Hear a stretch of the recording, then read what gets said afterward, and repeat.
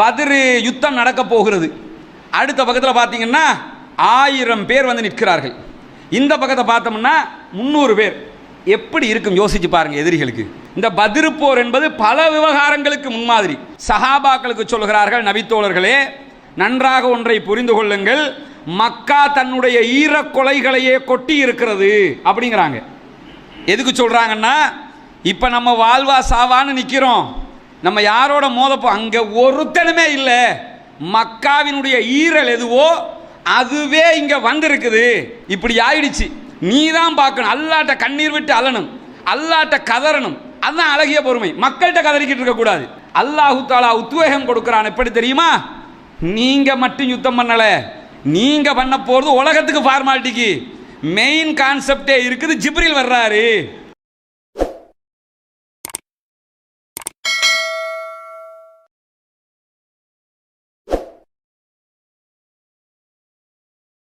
அஸ்ஸலாமு அலைக்கும் வரஹ்மத்துல்லாஹி வபரகாத்துஹு. இன்னல் ஹம்துலில்லாஹ் நஹ்மதுஹு வ நஸ்தஈனுஹு வ நஸ்தக்ஃபிருஹு வ நஊது பில்லாஹி மின் ஷுரூரி அன்ஃபுஸினா வ ஸய்யிஆத்தி அமாலினா மை யஹ்திஹில்லாஹு ஃபலா முதில்ல லஹு வ மை யுத்லில் ஃபலா ஹாதிய லஹு. அஷ்ஹது அல்லா இலாஹ இல்லல்லாஹ் வ அஷ்ஹது அன்ன முஹம்மதன் அப்துஹு வ ரசூலுஹு அம்மா பஅத். எல்லா புகழும் புகழ்ச்சியும் அல்லாஹ் ஒருவனுக்கே உண்டாகட்டுமாக. அவனுடைய அமைதியும் கருணையும் நபிகள் பெருமானார் ஸல்லல்லாஹு அலைஹி வஸல்லம் அவர்கள் மீதிலும், அவர்கள் காட்டிய வழிப்படி மாத்திரம் வாழக்கூடிய அனைவர்கள் மீதிலும் உண்டாகட்டுமாக. பேரன்பிற்கினிய எல்லாம் வல்ல அல்லாஹினுடைய நல்லடியார்களே, பத்ரு போர் சம்பந்தமான செய்திகளை பொறுத்தவரையில் இந்த தலைப்பை 1 மணி நேரத்துக்குள்ளும் பேசி முடிக்க முடியும். நம்ம பேசுகிற இந்த தலைப்பை 1 ஹவரில் ஒரே நாள் நிகழ்ச்சியிலையும் பேசி முடிச்சிடலாம். இதே நேரத்தில் சரியாக பேசினோம்னா 30 நோன்புக்கும் பேசவும் முடியும். ஏன்னா இது சாதாரணமாக நடந்த ஒரு யுத்தம் அல்ல. இஸ்லாமிய வரலாற்றில் முதலாவது யுத்தகலமாக இருக்கிறது. அதனுடைய ஏற்பாடுகள், அதனுடைய பின்னணிகள், எதிரிகள் தரப்பில் என்ன நடந்தது, முஸ்லீம்கள் தரப்பில் என்ன நடந்தது, இப்படி அந்த வெற்றி தோல்விக்கு பிறகு என்ன நடந்தது என்பதையெல்லாம் பார்க்கும்போது பல நாட்கள் பேசுகிற அளவுக்குண்டான வரலாற்று செய்திகள், அதுலேயும் குறிப்பாக சில யுத்தங்களை நம்ம எடுத்துக்கிட்டோம்னா வரலாற்று நிகழ்வுகள் பல பாதுகாக்கப்பட்டிருக்கிறது, வரலாறுகளாக இருக்கிறது. பத்ரு யுத்தத்தை பொறுத்தவரையில் ஹதீஸ்கள்லையே நிறைய வரலாறுகள் காணப்படுகிறது. நம்ம இதுவரைக்கும் பேசுகிற பல செய்திகள் சஹீஹுல் புகாரி, முஸ்லீம், அபூதாவூத், திர்மிதின்னு ஹதீஸ் கிரந்தங்கள்லையே இதனுடைய செய்திகள், பல செய்திகள் பாதுகாக்கப்பட்டிருக்கிறது. காரணம் என்னன்னு கேட்டால், இந்த யுத்தம்ங்கிறது அவ்வளவு முக்கியமான ஒரு யுத்தகலமாக முஸ்லீம்களுக்கு அமைந்தது. வாழ்வா சாவாங்கிற போராட்டம் தானே. ஒரு முறை நம்ம ஜெயிச்சிட்டோம்னா அடுத்து ஜெயிக்கிறதெல்லாம் ஒரு பெரிய செய்தியாகாது. ஆனால் முதலாவது ஜெயிக்கிறோம்ல, அதுதான் மிகப்பெரிய செய்தியாக இருக்கும். அந்த மாதிரி இது முதல் வெற்றிங்கிறதுனாலையும் முதல் போர்க்களம்ங்கிறதுனாலையும் அனைவருக்கும் அனைத்தும் புதுசுங்கிறதுனாலையும் முஸ்லீம்கள் மிகப்பெரியதொரு தர்ம சங்கடத்தை சந்திக்க வேண்டிய ஒரு யுத்தகலமாக இது காணப்பட்டது. நபிகள் நாயகம் ஸல்லல்லாஹு அலைஹி வஸல்லம் அவர்கள் தொழுது கொண்டிருக்கும் போது அபூ சுஃபியானுடைய ஆட்கள் என்று நினச்சிக்கிட்டு ஒருத்தரை பிடிச்சி சஹாபாக்கள் என்ன செய்வாங்கன்னா அடித்து கேட்பாங்க. அபூ சுஃபியான் எங்கேன்னு கேட்பாங்க. அவர் அபூ சுஃபியானை பற்றி தெரியாது. உத்துபா, ஷைபா, வலீத் இப்னு முகீரா எல்லாம் உங்களை தாக்க வந்துக்கிட்டு மக்காவினுடைய படம் உங்களை தாக்க வருது என்கிற செய்தியை சொல்லுவார். அந்த நேரத்தில் அதை சொன்னால் இவங்க என்ன செய்வாங்கன்னா, அவர் உண்மையை சொல்லும்போது அடிக்கிறாங்க, அவர் பொய்யை சொல்லும்போது விட்டுடுறாங்க. ஏன்னா இவங்களுக்கு தேவை அபூ சுஃபியானை பற்றிய செய்திகள். அந்த செய்தி கிடைக்கிறதுக்காகவே பல முயற்சிகளை செய்து கொண்டிருந்தார்கள். ரசூலுல்லாஹ் பிறகு என்ன செஞ்சாங்க, கண்டித்து அவரை ஏன் தாக்கிக்கிட்டு இருக்கிறீங்க, அவர் உண்மையை தானேப்பா சொல்லிக்கிட்டு இருக்கிறாரு, அபூ சுஃபியானை பற்றி அவருக்கு ஒன்றும் தெரியாது, அந்த படையொன்று நம்மளை நோக்கி சண்டைக்கு வந்துக்கிட்டு இருக்கிறாங்க தெரியுமா என்கிற செய்தியை சொல்லுவார்கள்.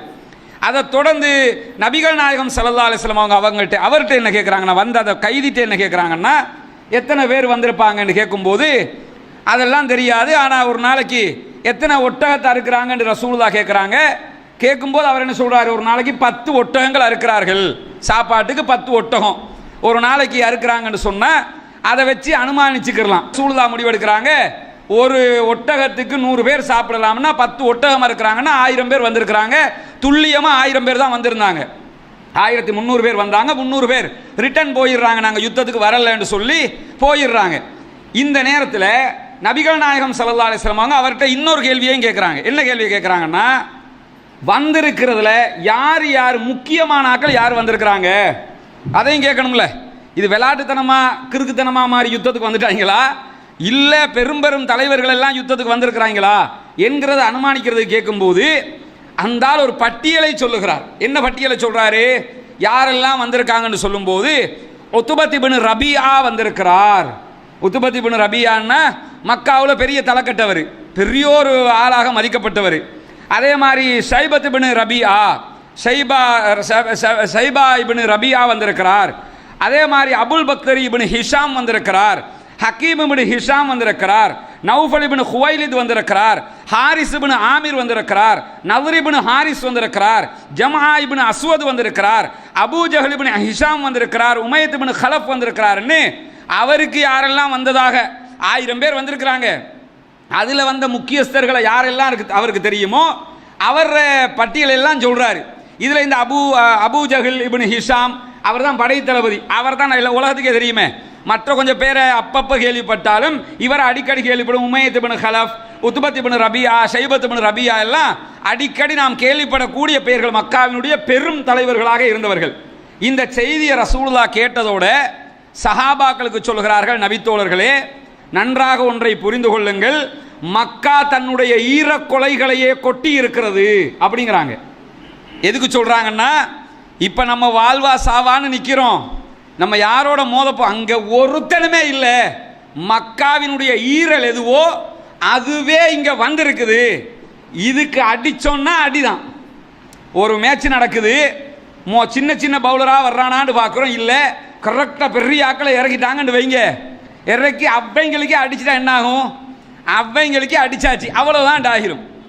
அந்த மாதிரி என்ன செய்கிறாங்கன்னு கேட்டால், வந்திருக்கிறதெல்லாம் பெரிய பெரிய தலைகள், இவங்களுக்கு அடித்தோம்னா அடிதான். ஆனால் திருப்பி நமக்கு அடித்தாங்க அதுவும் பெரிய அடியாக இருக்கும். நம்ம அவங்களுக்கு அடித்தாலும் அடிதான், அவங்க திருப்பி நமக்கு அடித்தாலும் பெரிய அடியாக விழும். அதனால தான் ரசூலுல்லாஹ் சொல்கிறாங்க, மக்கா தன்னுடைய ஈர கொலைகளையே அப்படியே கொண்டு வந்து கொட்டி இருக்குது அப்படின்னு சஹாபாக்களுக்கு சொல்லுறாங்க. சொன்னதுக்கு பிறகு என்ன ஆகுதுன்னு கேட்டால், முதல் நாள் இரவு, முதல் நாள் நாளைக்கு யுத்தம் நடக்க போகுது. இன்னைக்கு இரவு சில சம்பவங்கள் நடைபெறுகிறது பத்ரில். பத்ரு களத்தில் என்ன சம்பவங்கள் நடக்குதுன்னு கேட்டால், நபிகள் நாயகம் ஸல்லல்லாஹு அலைஹி வஸல்லம் அவங்க ஒரு கூடாரத்துக்குள்ளே இருக்கிறாங்க. அந்த கூடாரத்துக்குள்ளே இருந்து ஒரு பிரார்த்தனை செய்வார்கள் ரசூலுல்லாஹ். என்ன பிரார்த்தனைன்னா, நீ எங்களுக்கு வெற்றி தருவதாக வாக்களித்திருக்கிறாய் இறைவா, அந்த வெற்றியை உன்னிடத்தில் நாங்கள் கேட்டுக்கொண்டிருக்கிறோம். அது மட்டுமல்ல, தொடர்ந்து நபிகள் நாயகம் ஸல்லல்லாஹு அலைஹி வஸல்லம் அவங்க சொல்றாங்க, இந்த கூட்டமும் அழிக்கப்பட்டு விட்டால் இறைவா, இந்த பூமியில் உன்னை வணங்குவதற்கு யாரும் இருக்க மாட்டார்கள், இதையும் நீ அழிச்சிட்டேன்னு சொன்னா பத்ரு அதானுங்க கடைசி, அதுலேயே நம்ம அழிக்கப்பட்டுட்டா அதுக்கு பிறகு இன்னைக்கு நீங்க முஸ்லீமும் இல்லை நான் முஸ்லீமும் இல்லை, அன்னைக்கே எல்லாம் காலியா போயிருக்கும். நீங்க ஏதாவது ஒரு பண்டாரையா இருந்துட்டு போவியே, இன்னும் அப்படி ஒவ்வொன்றா தான் இருந்துட்டு போவோமே தவிர இஸ்லாம்ங்கிற ஒன்னே இல்லாம போயிருக்கும். அதைத்தான் ரசூலுல்லாஹ் சொல்றாங்க, இறைவா இந்த கூட்டமும் அழிக்கப்பட்டு விட்டால் உன்னை வணங்குவதற்கு இந்த பூமியிலே யாரும் இருக்க மாட்டார்கள். இந்த பிரார்த்தனையை தான் நம்ம எப்பயும் ஓதணும். இப்போ நம்ம சிலதை கண்ணால் பார்க்குறோம்ல, நம்ம ரசிக்கிற அளவுக்கு பலது நடந்துகிட்டு இருக்குதா இல்லையா இன்னைக்கு? என்ன காரணம்? அது அப்படித்தான். சில பொறுமை அழகிய பொறுமையாக இருக்க வேண்டும். நபிகள் நாயகம் ஸல்லல்லாஹு அலைஹி வஸல்லம் அவர்கள் திருமறை குர்ஆனில் இறங்கி இருக்கக்கூடிய பொறுமையை பற்றிய வசனங்கள் எடுத்துக்கிட்டீங்கன்னா, பொறுமையாயிருங்கன்னு பல வசனம் சொல்லுது. அதில் யாக்கூப் அலைஹிஸ்ஸலாம் அவர்கள் யூசுப் நபி காணாமல் போன நேரத்தில் பொறுமையாக இருந்ததை பற்றி பேசும்போது குர்ஆன் எப்படி பேசுது? வஸ்ஸப்ருன் ஜமீல், அழகான பொறுமை, பொறுமையாக இருக்கணும். அது அழகான பொறுமையாக இருக்கணும். அழகான பொறுமைண்டா என்ன? பொறுமைன்னு நினச்சிக்கிட்டு நாசமா போக எல்லாம் போச்சு இப்போ என்னதான் செய்கிறதோ அப்படி இருக்கக்கூடாது. அதுக்கு பேர் அழகிய பொறுமை இல்லை, அதுக்கு அதான் புலம்பல். பொறுமைண்டா புலம்பனு யார்ட்ட? அல்லாட்ட புலம்பணும். இறைவா இப்படி ஆயிடுச்சு, நீ தான் பார்க்கணும், அல்லாட்ட கண்ணீர் விட்டு அழணும், அல்லாட்ட கதறணும். அதுதான் அழகிய பொறுமை. மக்கள்கிட்ட கதறிக்கிட்டு இருக்கக்கூடாது. இது மாதிரி நிலைமைகள் நமக்கு கஷ்டம் வரும்போது ரசூலுல்லாஹ் எங்க என்ன முன்மாதிரின்னு பார்க்கணும். இந்த பத்ரு போர் என்பது பல விவகாரங்களுக்கு முன்மாதிரி. ரசூலுல்லாஹ் இந்த பிரார்த்தனையை கேட்டுக்கொண்டே ஒரு டைம்ல கேட்டுக்கொண்டே இருக்கிறார்கள். இறைவா வெற்றி தருவேன் என்று சொல்லியிருக்கிறாய், உன்னுடைய வெற்றியை எதிர்பார்க்கிறோம். இந்த கூட்டமும் அளிக்கப்பட்டு விட்டால் இனிமேல் இந்த மார்க்கத்தை சொல்வதற்கு, கேட்பதற்கு, படிப்பதற்கு, வாழ்வதற்கு இந்த உலகத்தில் யாருமே இருக்க மாட்டார்கள். இறைவா, நீ வெற்றியை தர வேண்டும். அகமதுல வரக்கூடிய ஒரு ஹதீஸ்ல நபிகள் நாயகம் ஸல்லல்லாஹு அலைஹி வஸல்லம் அவர்கள் இரவு முழுவதும் மரத்துக்கு கீழால் இருந்து கொண்டு, கூடாரம் மரத்துக்கு கீழே கூடாரம், கூடாரத்துக்குள்ள இருந்து கொண்டு நபிகள் நாயகம் ஸல்லல்லாஹு அலைஹி வஸல்லம் அவர்கள் அழுது அழுது தொழுது இந்த பிரார்த்தனையை கேட்டுக்கொண்டே இருந்தார்கள். அத்தனை பேரும் சஹாபாக்கள் தூங்க சொல்லிட்டாங்க. ரசூலுல்லாஹ் நாளைக்கு யுத்தம், அவங்க தூங்குறாங்க. நபிகள் நாயகம் ஸல்லல்லாஹு அலைஹி வஸல்லம் அவர்கள் அழுது இந்த கோரிக்கையை வைத்துக் கொண்டே இருக்கிறார்கள். அப்பொழுதுதான் நபிகள் நாயகம் ஸல்லல்லாஹு அலைஹி வஸல்லம் அவர்களிடத்தில் அபூபக்கர் சித்திக் ரலியல்லாஹு அன்ஹு சொல்றாங்க, யா ரசூலல்லாஹ், போதும், நீங்க எவ்வளவு துஆ கேட்டுட்டீங்க, நீங்க கேட்க வேண்டிய அளவுக்கு உங்களுடைய இறைவனிடத்தில் மன்றாடி விட்டீர்கள் இறைவா, அதனால கண்டிப்பாக நம்ம அல்லாஹ் கைவிட மாட்டான் என்று சொல்லும்போது நபிகள் நாயகம் ஸல்லல்லாஹு அலைஹி வஸல்லம் அவர்கள் சொல்கிறார்கள், அபூபக்கர் ரலியல்லாஹு அன்ஹு அவர்களை பார்த்து, அபூபக்கரே அபுஷிர் யா அபாபக்கர் ஹாதா ஜிப்ரீல், அபூபக்கரே நான் உண்மையிலே நிறைய மன்றாடிட்டேன், மன்றாடியதற்கு பிரதிபலனும் கிடைத்திருக்கிறது. நீங்கள் நம்முடைய தோழர்களிடத்தில் போய் சொல்லுங்கள், ஜிப்ரீல் வந்திருக்கிறார், இந்த இந்த இந்த யுத்தத்தில் நீங்கள் மட்டுமில்லை, உங்களோடு ஜிப்ரீல் இருக்கிறார் என்பதை போய் சொல்லுங்கள். எப்படி இருக்கும் சஹாபாக்களுக்கு? நம்ம மட்டும் வெறும் 300 பேர், 318 பேர், ஆயுதங்கள் ஒரே ஒரு குதிரை, அதே மாதிரி ஒரு 3 பேர் ஒரு ஒட்டகத்தில் போக வேண்டி இருக்குது. இப்படி இவ்வளோ ஒரு வறண்ட நிலையில் இருக்கக்கூடிய ஒரு யுத்தத்தை சந்திக்கிறோமே. யுத்தம்னா ஆயுதம் தானே முக்கியம், அது கூட நம்மள்கிட்ட கரெக்டாக இல்லையே. அப்படி இருக்கும்போது எப்படி இதை எதிர்கொள்ள போறோம்னு இருக்கிற நேரத்தில் அல்லாஹு தஆலா உத்வேகம் கொடுக்கிறான். எப்படி தெரியுமா? நீங்க மட்டும் யுத்தம் பண்ணல, நீங்க பண்ண போறது உலகத்துக்கு ஃபார்மாலிட்டிக்கு. மெயின் கான்செப்டே இருக்குது, ஜிப்ரீல் வர்றாரு. ஜிப்ரீல் அலைஹிஸ்ஸலாம் அவர்களும் மலக்குமாருடைய படையும் நேரடியாக களத்தில் இறங்கி உதவுகிற அளவுக்கு அல்லாஹு தஆலா உதவி செய்தான். அதுதான் நம்மிடத்தில் இருக்க வேண்டிய ஈமானிய உறுதி. இதில் கிடைக்கிற படிப்பினை என்ன தெரியுமா? இந்த ஏகத்துவத்தை ஏற்றுக்கொண்டால், கொள்கையை ஏற்றுக்கொண்டால், இந்த கொள்கையில் எவ்வளவு ஆழமாக உறுதியாக இருக்கிறோமோ அவ்வளவு ஆழமாக சோதிக்கவும் படுவோம். அதே அளவு ஆழமாக நமக்கு அல்லாஹ்வினுடைய உதவியும் கிடைக்கும், சோதனையும் வரும், அதே மாதிரி உதவியும் கிடைத்து கொண்டே இருக்கும். அதனால இது மாதிரி கஷ்டங்கள் வரும்போது, துன்பங்கள் வரும்போது ரசூலுல்லாஹ் பத்ர் போரிலே ஓதிய இந்த பிரார்த்தனையை நாம் நினைத்து கொள்ள வேண்டும். அதே மாதிரி அல்லாஹ் தஆலா இந்த யுத்தத்தில் சஹாபாக்களுக்கு நிறைய ஒரு புத்துணர்ச்சியை கொடுக்குறான், ஒரு நல்ல உற்சாகம் ஒன்று கிடைக்குது. எப்படியெல்லாம் கிடைக்குது? அன்னைக்கு நைட்டு நடக்கிற சம்பவங்கள் இதெல்லாம். அதாவது ஒரு மழை பெய்யுதுங்க. அந்த மழை எப்படின்னு கேட்டால், சஹாபாக்களுக்கு ஒரு மெல்லிய தூறல், ரசூலுல்லாஹ் இருக்கிற பக்கத்தில் பெரிய மழை அப்படி பெய்யும்ல, திடீர்னு பார்த்தீங்கன்னா இங்கே கட்டும் மழையாக இருக்கும். மாளிகாவத்த ரோடுக்கு, மெயின் ரோடுக்கு அந்த பக்கம் பார்த்தீங்கன்னா ஒரு சொட்டு மழை பெஞ்சிருக்காது. அப்படி முழு உலகத்துக்கும் ஒரே டைமில் மழை பெய்கிற மாதிரி இல்லைல்ல, அப்படி பெய்யும். அது இறுதி யாஜூஜ் மௌஜூஜ் வந்து கொல்லப்பட்டதற்கு பிறகு அவங்கள கழுவி வீசுறதுக்காக ஒரு மழை வரும். முழு உலகம் பூராவும் அந்த மழை பெய்யும். அது தனியான சம்பவம். அது இல்லாமல் அப்படி பெய்கிறது இல்லை, அங்கங்கே தான் பெய்யும். இந்த மழை எப்படி பெய்யுதுன்னு கேட்டால், சஹாபாக்களும் நபிகள் நாயகமும் இருக்கிற பகுதியில் மழை பொழிகிறது. அது எப்படின்னா ஒரு சின்ன தூறல், லைட்டாக ஒரு தூறல் வருகிறது. அது எதுக்கு அந்த மழை எப்படி உதவுதுன்னு கேட்டால், பாலைவன மணலாக தானே இருக்கும். அந்த மணல் வந்து அங்கிட்டு இங்கிட்டு நகர்ந்துக்கிட்டே இருக்கிற மாதிரி இருக்கும், கால் வச்சு நடக்க முடியாத கஷ்டங்களாக இருக்கும். ஒரு அளவுக்குண்டான ஒரு மழை பெஞ்சா அந்த மண்ணெல்லாம் இறுகி நின்றுக்கிறோம், நல்லா நடக்க முடியும். அந்த மாதிரிக்கு உதவும் விதமாக சஹாபாக்களுக்கு அந்த மழை அமைகிறது. காவிர்களுக்கு எப்படி அமையுதுன்னு கேட்டால், கடுமையான அட்டை மழையாக பெய்யுது. பெய்து ஹோண்டு அடிக்குது, திருப்பி நிற்குது, திரும்ப ஹோண்டு அடிச்சுக்கிட்டு இருக்குது, திரும்ப நிற்குது. எப்படி இருக்கும்? 1000 பேரோட அவ்வளவு கூட்டமாக அந்த ஒரு இடத்துல நிற்கும் போது இவ்வளவு மழை பெஞ்சா அவங்களுக்கு தாக்கு பிடிக்க முடியாது.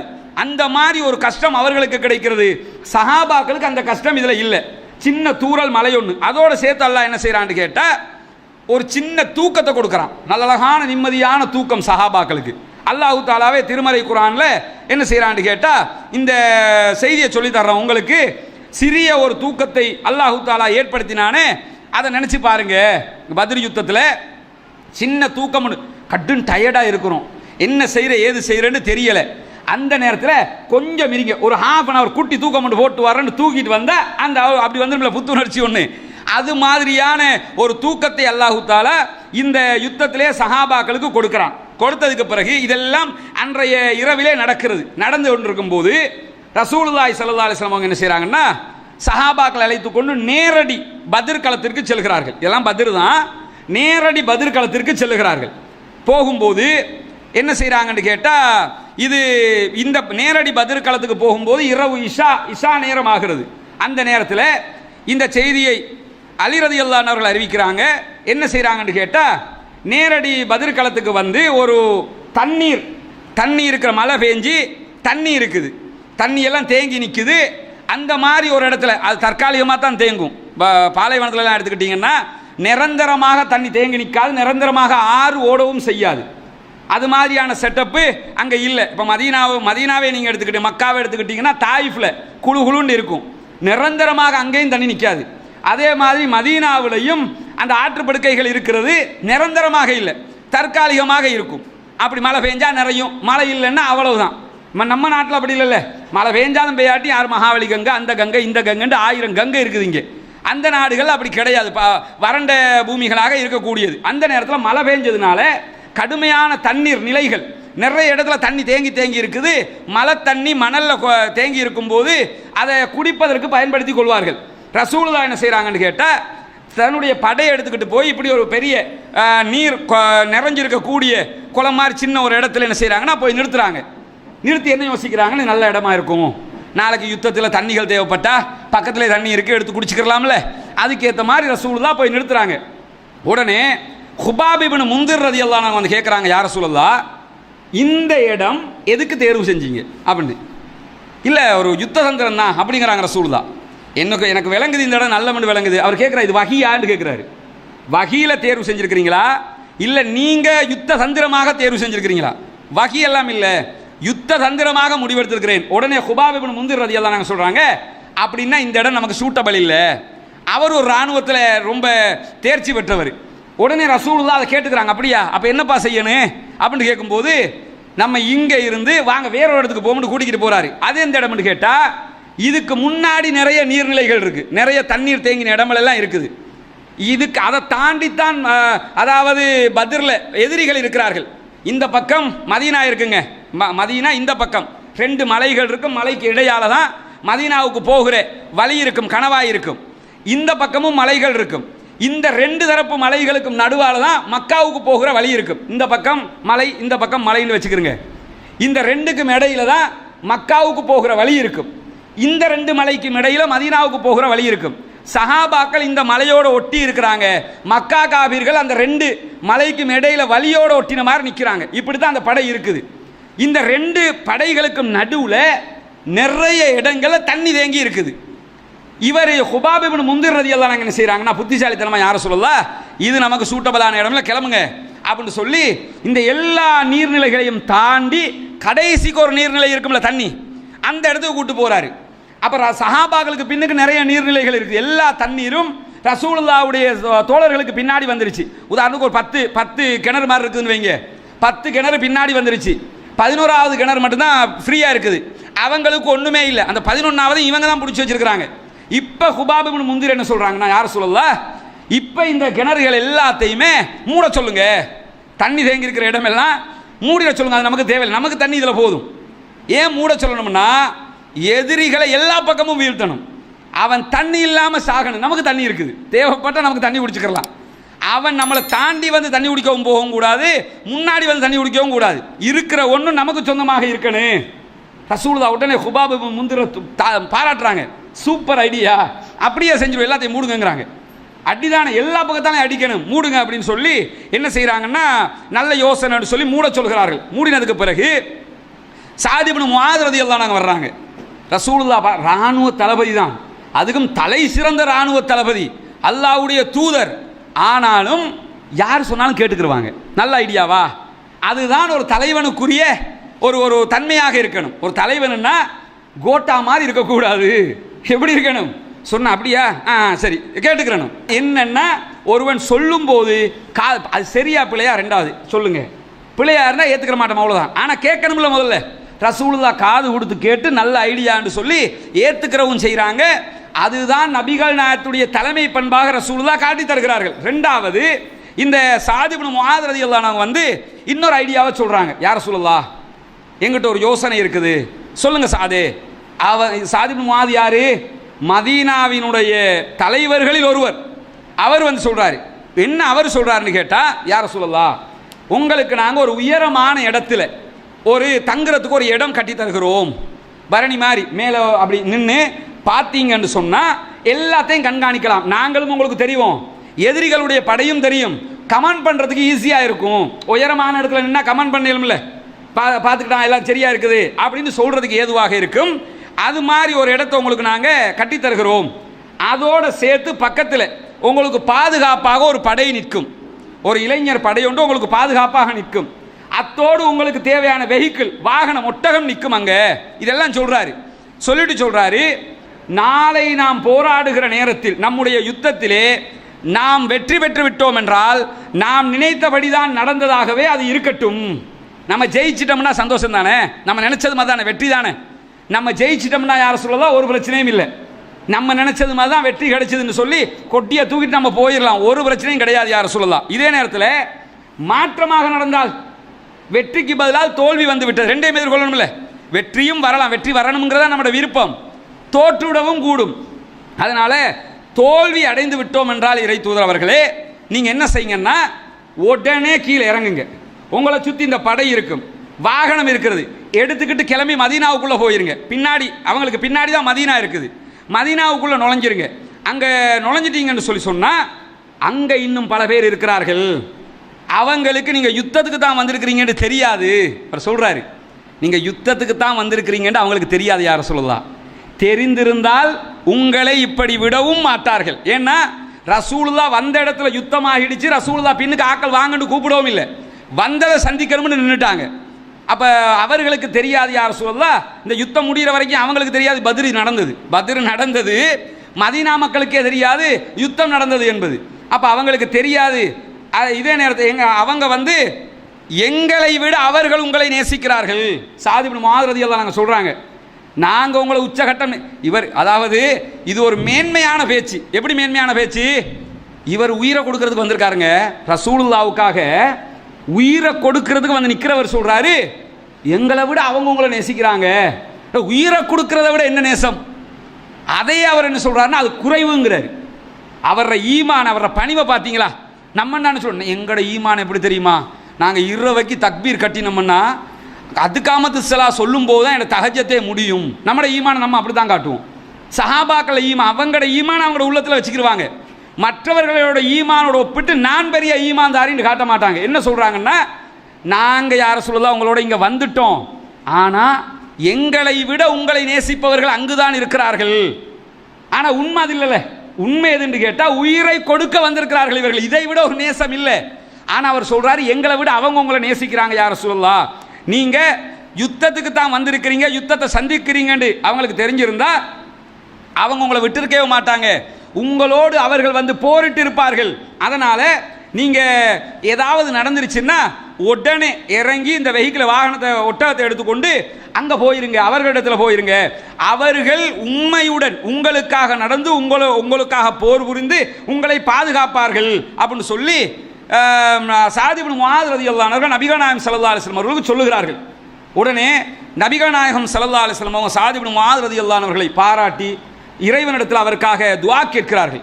அவர் சொன்ன ஐடியாவும் ஒரு அருமையான ஐடியாங்கிறதுனால என்ன பார்க்குறாங்கன்னா, நம்ம மௌத்தானா பிரச்சனை இல்லை, நபிக்கு எதுவும் நடந்துடக்கூடாது. நபியை இறைவன் பாதுகாப்பானுங்கிறது ஒன்று. நபி அவங்க சொல்கிறாங்க, உங்கள் மூலமாகத்தான் எங்களுக்கு இந்த நேர்வழி கிடைத்தது, மதீனாக்காரங்களுக்கு மக்காவிலிருந்து ரசூலுல்லாஹ் மூலமாக தான் நேர்வழி கிடைக்குது, எங்களுக்கு எதுவும் நடக்கலாம், உங்களுக்கு எதுவும் நடந்துடக்கூடாதுன்னா உங்கள் மூலமாக இன்னும் பல பேருக்கு இந்த செய்தி போக வேண்டியிருக்குது யாரை சொல்லலாம். அதனால் நீங்கள் மதீனாவுக்கு போயிருங்க என்று சொன்னதோட ரசூலுல்லாஹி ஸல்லல்லாஹு அலைஹி வஸல்லம் அவர்கள் அதை ஏற்றுக்கொண்டு உயரமான ஒரு பரணி, உயரமான ஒரு இடம் கட்டப்படுகிறது. அதில் நபிகள் நாயகம் ஸல்லல்லாஹு அலைஹி வஸல்லம் அவர்கள் இருப்பதற்கான ஏற்பாடுகள், அதை சுற்றி பாதுகாப்புக்கு சில படை வீரர்கள் நிறுத்தப்படுகிறார்கள். அதற்கு தலைவராகவும் சாத் இப்னு முஆத் ரலியல்லாஹு அன்ஹு அவர்களே நிற்கிறார்கள். என்னன்னா அந்த பாதுகாப்பு, மற்றவங்களும் பாதுகாப்பாங்க தான், ஆனால் யார் இவர் என்ன யோசிக்கிறான்னா, நானே பாதுகாக்கிறேன் ரசூலுல்லாவை. அதுதான் சஹாபாக்களுடைய அந்த ஒரு உணர்வு பாருங்க, நானே நிற்கிறேன்னு நிற்கிறாங்க. நின்றதுக்கு பிறகு அடுத்த நாள், அப்போ இதுதான் உங்களோட ரியல் வீடு, இதுக்கு அந்த அதுக்கு வசதி வாய்ப்பு இல்லைன்னா அவங்களோட வீட்டில் போய் உட்காந்துக்கிட்டு இருக்கீங்களா? உங்களுக்கு எத்தனை வயசு? எனக்கு 65. 65. என்ன தொழில் பண்ணுறீங்க? ஆடு அந்த சம்பளத்துக்கு ஆடு அடுத்தவங்கட ஆட்டை எடுத்து மேய்ப்பீங்க. உள்ளே போய் பார்க்கலாமா?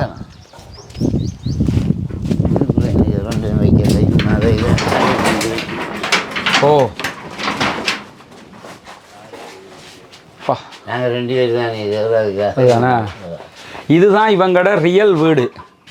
ஆனால் இங்கே இருக்க முடியல. முன்னாடி ஒரு வீடு அவங்க வச்சுருந்ததுனால கொஞ்சம் சின்ன சின்ன திருத்த பணிகளை செஞ்சு மகளோடு சேர்ந்து இப்போ அவர் வாழ்ந்துக்கிட்டு இருக்கிறாரு.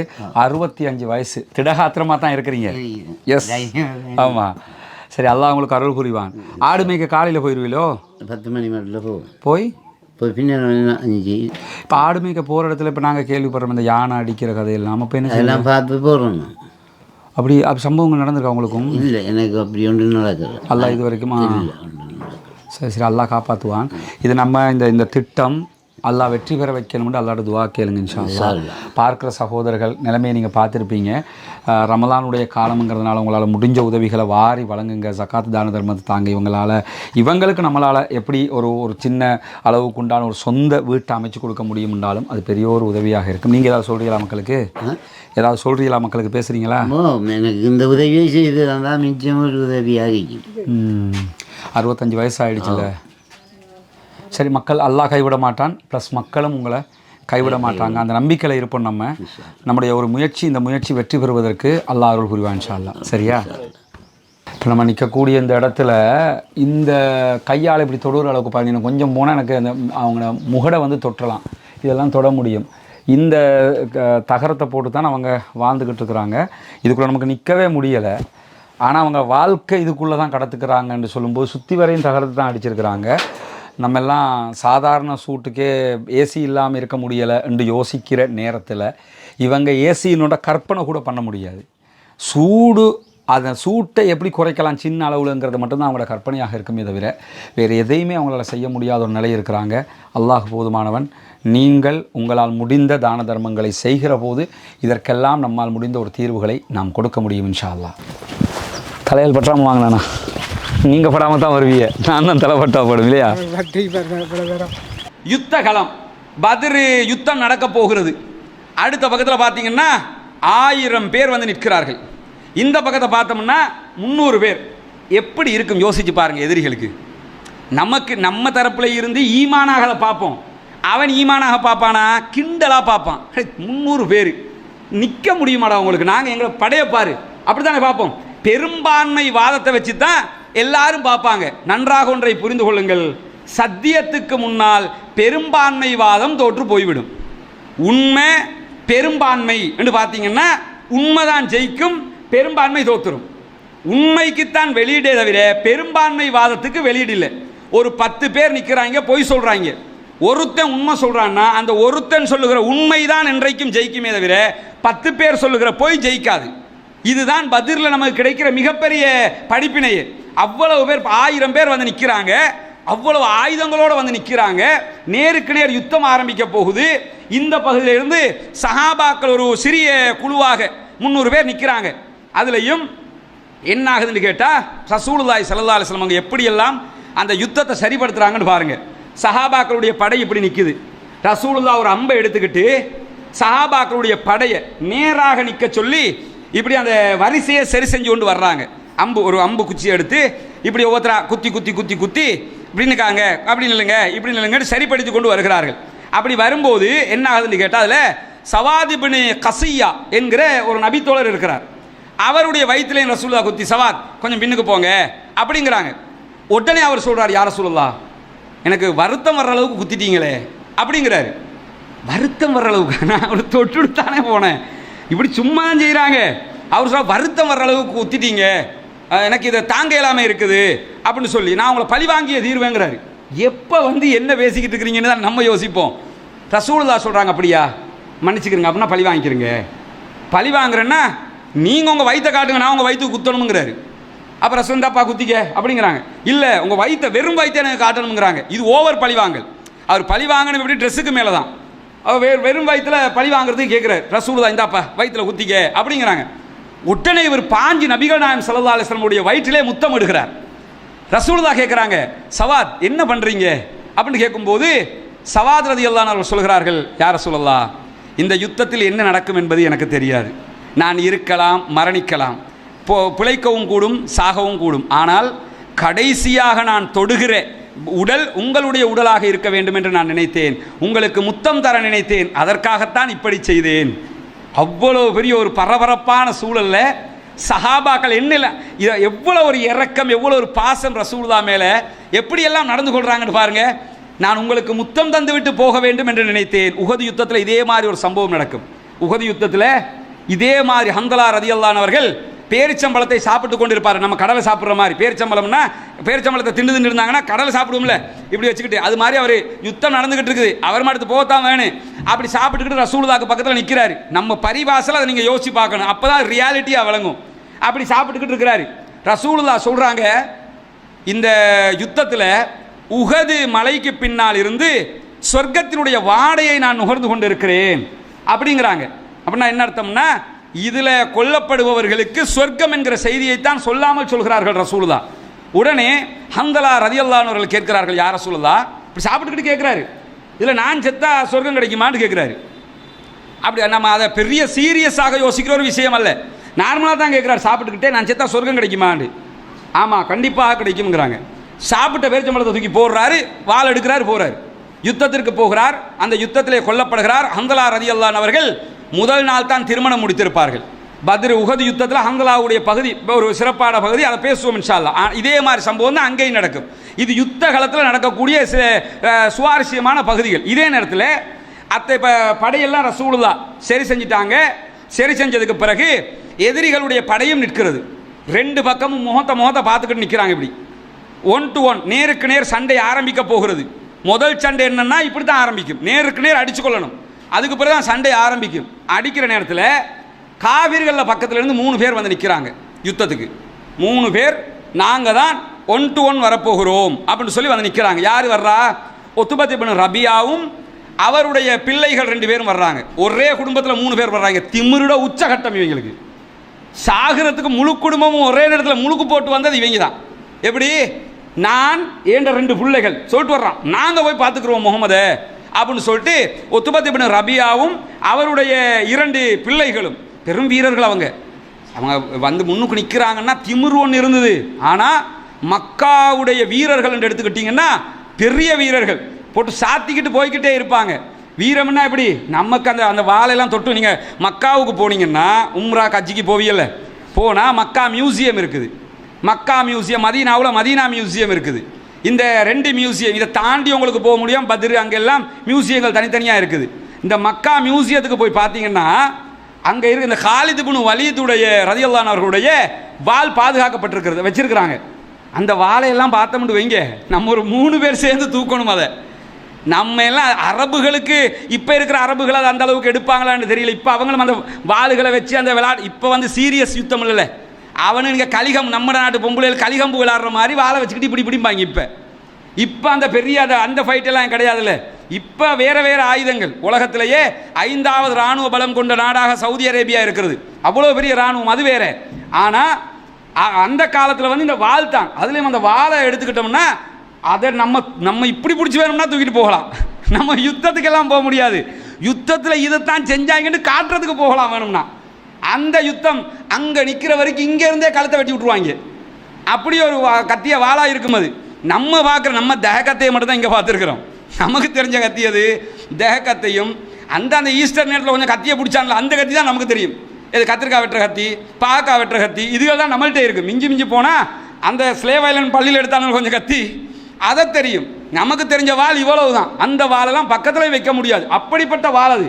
உருவி எடுத்தால் அடுத்த தலை இருக்காது. அப்படி 2 பக்கமும் கூறாக இருக்கும். அந்த வாளை நீங்கள் பார்க்கலாம், 2 பக்கமும் கூறாக இருக்கும், ஒரு பக்கம் இல்லை. இப்படி வெட்டி இப்படி எடுத்து அடுத்த பக்கம் வெட்டிட்டு போகும்.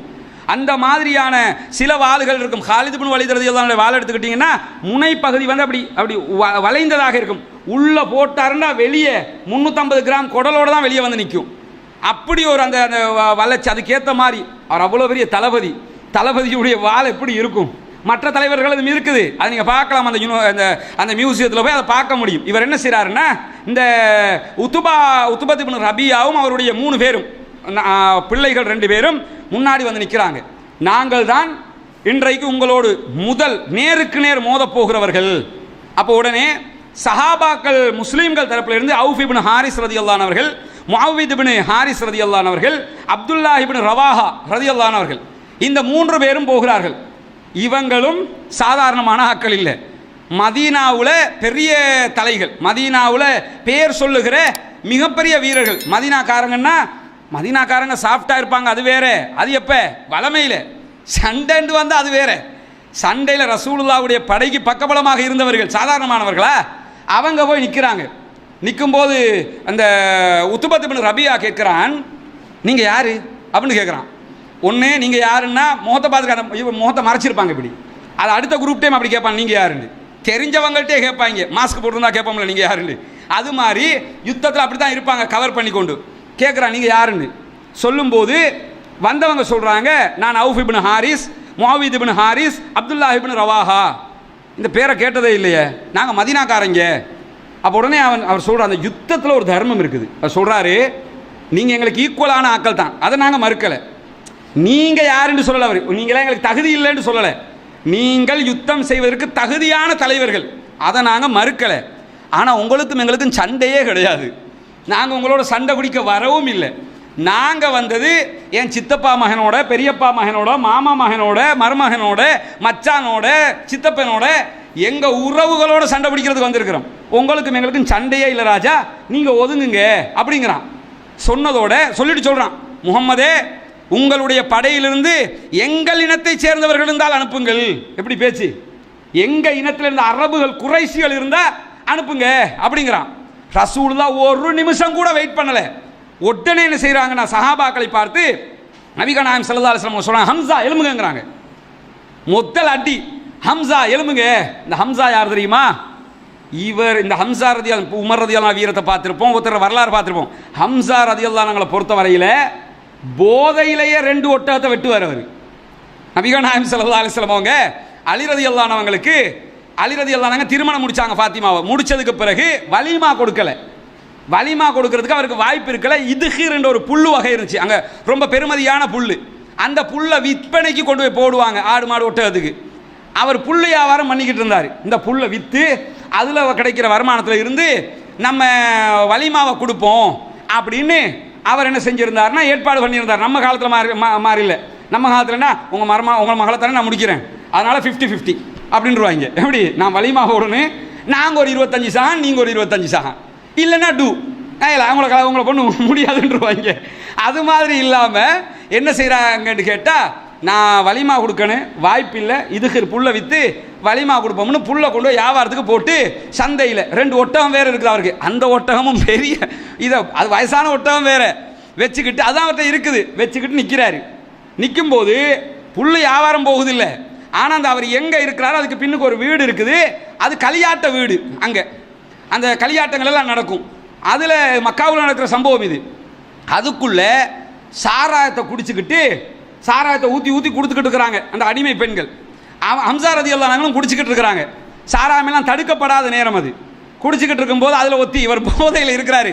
உசுப்பேத்தி விட்றா. என்ன உசுப்புன்னா, நீங்கள் ஒரு கவிதை ஒன்று படிக்கிறா, ஹம்சாவே நீங்கள் எவ்வளோ பெரிய வீரர் தெரியுமா, ஏழும்னா இந்த வெளியே இருக்கிற 2 ஒட்டகத்தை வெட்டி பாருங்களேன். வீரத்தை காட்டுறதுக்கு அடுத்த ஒட்டகத்தை வெட்டுறதுக்காக சொல்லுவேன். அவரும் என்ன செஞ்சிட்டாரு, அப்படியா சொல்லிட்ட வீரன் தானே, இந்தா போகிறேன். நான் ஒட்டகத்தை வெட்டுறதுங்கிறது சாதாரணமாக ஒட்டகத்தை எப்படி அறுப்பாங்க, குத்தி தான் விடுவாங்க கழுத்துக்கு. ஒட்டகத்தை அறுக்கும்போது ஒட்டகத்துக்கு கழுத்தில் குத்தி விடுவாங்க. அதுதான் ஒட்டகத்தை அறுக்கிறதுங்கிற. குத்தி முடியாது, ரத்தம் பீரிட்டுக்கு விழும், அதுக்கு பிறகு தான் மற்றதெல்லாம். அப்போ அந்த அது உயரமாக இருக்கும். எல்லாருமே நம்ம இங்கே ஒரு புச்சர் மாடு வெட்டுறவர் இருப்பார், இந்த பாரு நான் ஒட்டகத்தை வெட்டுறேன்டா, முதுகில் எட்டி உதஞ்சி விட்டுரும், அவ்வளோதான். இங்கே மாடு வெட்டி நாக்களெல்லாம் பேசிட்டு ஒட்டகம் வெட்ட போகக்கூடாது. அங்கே ஒட்டகம் வெட்டுவது என்பது இங்கே நான் எப்படி பெரிய காட்டெருமையெல்லாம் வெட்டியிருக்கேன் தெரியுமா அப்படிம்பாரு. ஒட்டகத்தினுடைய வலிமை அல்லாவே குர்ஆனில் சொல்கிறான், ஒட்டகத்தை நீங்கள் பார்க்கக்கூடாதுங்களா. ஏன் கேட்குறான்? ஒட்டகம் பெரிய பெரிய அரபு நாட்டினுடைய அவ்வளோ பெரிய வெஹிக்கிளை கூட ஒத்த காலால் மிரிச்சு நொறுக்கும். கோபம் வந்தால் யானை மாதிரி பலம் கொண்ட ஒரு மிருகம் அது. அதை கொல்லும்போது அதுக்குரிய ஒரு மெத்தேட்லாம் கொல்லுவாங்க. இவர் சாராய போதில் வேற இருந்தாரா, வெளியே வந்து அசால்ட்டா 2 ஒட்டகத்தையும் சாத்தி விட்டார் கீழே. அவ்வளோ பெரிய வீரர் அவருக்கு பேசிட்டோம்னா அந்த வீரத்தில் எதையும் செய்யக்கூடிய அளவுக்கு, அதாவது ஹம்சா ரலியல்லாஹு அன்ஹு, உமர் இப்னு கத்தாப் ரலியல்லாஹு அன்ஹு, அலி இப்னு அபி தாலிப் ரலியல்லாஹு அன்ஹுலாம் வீரத்துக்கே பெயர் போனவர்கள். அவரை ரசூலுல்லாஹி ஸல்லல்லாஹு அலைஹி வஸல்லம் சொல்றாங்க, அவன் கேட்குறான், மக்காவுல இருந்து எங்க இனத்தில் இருந்து குறைஷி குலத்தில் இருந்து ஆள் வேணும், அது குட்டு வாங்கினாலும் மோதிர கையால் குட்டு வாங்கணும்னு சொல்லுவாங்கல்ல, அது மாதிரி ஒரு குரூப் அவங்க. நாங்கள் அடி வாங்கினாலும் யார்கிட்ட இருந்து அடி வாங்கணும், எங்கள் ஆக்கள்கிட்ட இருந்து அடி வாங்கணும்னு நினைச்சாங்க. ரசூலுல்லாஹ் ஒரு நிமிஷமும் யோசிக்காம சொன்னாங்க, ஹம்சா எலும்புங்கன்னாங்க. ஹம்சா ரலியல்லாஹு அன்ஹு எழும்புகிறார்கள். அலி எலும்புங்கங்கிறாங்க, அலி ரலியல்லாஹு அன்ஹு எழும்புகிறார்கள். உபைத் இப்னு ஹாரிஸ் எலும்புங்கங்கிறாங்க, உபைத் இப்னு ஹாரிஸ் ரலியல்லாஹு அன்ஹு எழும்புகிறார்கள். இதெல்லாம் யார் தெரியுமா? நபிகள் நாயகத்துடைய நெருங்கிய உறவுகள். ரசூலுல்லாஹ் வேற யாரையும் முன்னுக்கு போடல, உனக்கு ஆள் தானே வேணும், இந்த ஹம்சாவை எடுத்துக்க, அலி போங்க, மர்மயம் போங்க, உபைத் இப்னு ஹாரிஸ் போங்கன்னு சொல்லி 3 பேரையும் அனுப்புகிறார்கள். 1 to 1 ஹம்சா ரலியல்லாஹு அன்ஹு அவர்கள் உத்பத் இப்னு ஷைபாவோடு மோதுகிறார்கள். அலி ரலியல்லாஹு அன்ஹு அவர்கள் உத்பத் இப்னு ஷைபாவுடைய மகன் ஷைபாவோடு மோதுகிறார்கள். உபைத் இப்னு ஹாரிஸ் ரலியல்லாஹு அன்ஹு அவர்கள் வலீதோடு மோதுகிறார்கள். 3 பேரும் 3 பேரோட மோதுறாங்க. அந்த யுத்தம் இந்த ஹதீஸ்ல எல்லாம் நம்ம பார்த்தோம்னு சொல்லி சொன்னா, இந்த மோதல், அதாவது ஹம்சா ரலியல்லாஹு அன்ஹு அவர்கள் உத்பாவை அந்த அந்த ஹதீஸை கொஞ்சம் பார்க்கும்போது என்ன விளங்குதுன்னா, கொல்லுவதற்கு ஒரு 2 நிமிஷம் கூட டைம் எடுத்துருக்க வாய்ப்பில்லை. போய் முடிய ஒரு வெட்டு தான், அவன் வெட்ட நினைக்கல, இவர் வெட்டிடுறாரு, உத்துபா ஆல் அவுட் அந்த இடத்துலயே. அதே மாதிரி அலி ரலியல்லாஹு அன்ஹு அவர்கள் ஷைபாவை ஒரே வெட்டில் வெட்டுகிறார்கள். எப்படி இருக்கும் மக்கா காவிர்களுக்கு? பெரிய வீரம் பேசின, என்ன பேச்சலாண்டா பேசினீங்க, ஒரே வெட்டில 2 பேரும் சாய்க்கப்படுகிறார்கள். உபைதா ரலியல்லாஹு அன்ஹு வெட்டும் போது என்ன ஆகுதுன்னு கேட்டா, வலீதும் முந்திக் கொள்கிறார், உபைதாவும் முந்திக் கொள்கிறார்கள். 2 பேருக்கும் வெட்டுப்படுகிறது. உபைத் இப்னு ஹாரிஸ் ரலியல்லாஹு அன்ஹுடைய காலில் வெட்டுப்பட்டு உடனே உபைத் இப்னு ஹாரிஸ் ரலியல்லாஹு அன்ஹு கீழே விழுகிறாங்க. விழும்போது மற்ற 2 பேரும் இருக்கிறாங்களா, ஹம்சா ரலியல்லாஹு அலி ரலியல்லாஹு அன்ஹு, அடுத்த நிமிஷம் அங்க 2 பேரையும் போட்டு அடுத்த நிமிஷம் இங்க என்ன செய்யறாங்கன்னு கேட்டா, வலீதை பாய்ந்து வெட்டுகிறார்கள். 3 பேரும் ஆல் அவுட். ஒரே இடத்துல 3 பேரும் மரணிக்கிறார்கள். மரணிச்சதோட உடனே உபைத் இப்னு ஹாரிஸ் ரலியல்லாஹு அன்ஹுவை தூக்கி கொண்டு அலி ரலியல்லாஹு அன்ஹு, ஹம்சா ரலியல்லாஹு அன்ஹுவும் பின்னால வர்றாங்க. தங்களுடைய படைக்கு வந்து சேர்கிறார்கள். முதல் யுத்தத்தின் ஆரம்பமே அமர்க்களமாக இருக்கிறது. எதிரிகள் துவம்சம் செய்யப்படுகிறார்கள். இந்த உபைத் இப்னு ஹாரிஸ் ரலியல்லாஹு அன்ஹு அவர்கள் பத்ர் போர் முடிந்து 4வது அல்லது 5வது நாள் மதீனாவுக்கு போகிற வழியில மரணிப்பாங்க. அந்த வெட்டு காயம் கடுமையான காயமாக போயிடும், தாங்க முடியாமல் மௌத்தா போயிடுவாங்க. அது சஹாபாக்களுக்கு மத்தியிலெல்லாம் பெரிய ஒரு உணர்வலையை ஏற்படுத்திடும். ஏன்னா முதலாவது போனவங்க, வீரமாக நின்று போராடினவங்க, அதுக்கு பிறகு அவங்க அந்த பத்ர் போர் களத்தில் வச்சு அவங்க மௌத்தாகலை. பத்ர் போரில் போராடினாங்க, எல்லாம் செஞ்சாங்க. போகிற வழியில், மதீனாவுக்கு ரிட்டர்ன் போகிற வழியில் உபைத் இப்னு ஹாரிஸ் ரலியல்லாஹு அன்ஹு மரணிக்கிறார்கள். அலி இப்னு அபி தாலிப் ரலியல்லாஹு அன்ஹு சொல்கிறாங்க, குர்ஆனில் 22வது அத்தியாயத்தில் 19வது வசனம் என்னன்னு கேட்டால், இந்த தங்களுடைய மார்க்க விஷயத்தில், இறைவனுடைய மார்க்க விஷயத்தில் சண்டையிட்டு கொண்ட 2 பிரிவினர்கள் என்று அல்லாஹ் தஆலா பேசுவான். இந்த வசனத்தை சொல்லி காட்டி அலி இப்னு அபி தாலிப் ரலியல்லாஹு அன்ஹு சொல்கிறாங்க, இந்த வசனம் எதற்காக இறங்கியது என்றால், ஷைபத் இப்னு ரபியா, உத்பத் இப்னு ரபியா, வலீத் இப்னு உத்பா ஆகியோரை கொன்ற அந்த சம்பவம் தொடர்பாகத்தான் இந்த வசனம் இறங்கியது. அந்த இடத்துல தான், இதற்காக வேண்டித்தான் அல்லாஹ் தஆலா இந்த வசனத்தை இறக்குவான். இப்போ 2 படையும் மோதிக்கொண்டது. அவர்களுடைய முதல் 3 பேரும் ஒரே இடத்தில் மரணிக்கிறார்கள். நம்முடைய தரப்பு 3 பேரும் ரிட்டர்ன் வர்றாங்க. வந்ததுக்கு பிறகு என்ன ஆகுதுன்னு கேட்டால், நபிகள் நாயகம் ஸல்லல்லாஹு அலைஹி வஸல்லம் ஒரு கமெண்ட் பண்ணுறாங்க, ஒரு உத்தரவு சொல்கிறாங்க. என்ன உத்தரவுன்னு கேட்டால், மேலே நின்று சொல்கிறாங்க, என்னுடைய இறுதியான கட்டளை வராத வரைக்கும் நீங்கள் யுத்தத்தை ஆரம்பிக்கக்கூடாது. நான் சொன்னதுக்கு பிறகு யுத்தத்தை ஆரம்பிங்க, அவங்க என்ன செஞ்சாலும் பரவாயில்லை. என்ன அப்படி உசுப்பேத்திக்கிட்டு இருக்கிறாங்க யுத்தத்தை, அவங்க அவ்வளவு சூடாக்கி கொண்டிருக்கிறாங்க. அவர்கள் நான் சொல்லாத வரைக்கும் நீங்களாக யுத்தத்தை ஆரம்பிக்கக்கூடாது. இதே நேரத்தில் அவர்கள் உங்களை நெருங்கி வரும்போது தான் அம்பைய ஆரம்பிக்க வேண்டும். அதுவும் எல்லா அம்பையும் எய்து விடக்கூடாது. கொஞ்சம் தான் நம்மகிட்ட வெப்பன்ஸ் இருக்குது, அடிக்கிற ஒன்று கூட வேஸ்ட் ஆகக்கூடாது. அடித்தா அதில் ஒரு காரியம் நடக்கணும் நமக்கு. அதனால் எல்லா அம்புகளையும் வேஸ்ட் ஆக்கிறாதீங்க என்று சொல்லிட்டு, உங்களை அவர்கள் சுற்றி வளைத்து சூழ்ந்து கொள்ளாத வரைக்கும் நீங்கள் உங்களுடைய வாள்களை வெளியே எடுக்கக்கூடாது. வாள் சண்டையெல்லாம் எப்போ வரணும், கடைசிக்கு சொல்கிறாங்க. வாள் சண்டை எப்போ ஆரம்பிக்கணும்னா, சுற்றி வளைத்ததற்கு பிறகுதான் உங்களுடைய சண்டையை நீங்கள் ஆரம்பிக்க வேண்டும் என்று நபிகள் நாயகம் ஸல்லல்லாஹு அலைஹி வஸல்லம் அவர்கள் சொல்லுகிறார்கள். இன்ஷா அல்லாஹ் நாளைய தொடரில் அந்த சுற்றி வளைப்பு எப்படி இருந்தது, சண்டை உள்ளுக்குள்ளே எப்படி நடந்தது, யார் யார் எந்த இடத்தில் எப்படி கொல்லப்பட்டார்கள் என்கிற தொடர்பான செய்திகளை பார்ப்போம். சுப்ஹானக்கல்லாஹு வ பிஹம்திக அஷ்ஹது அல்லா இலாஹா இல்லா அன்த அஸ்தக்ஃபிருக்க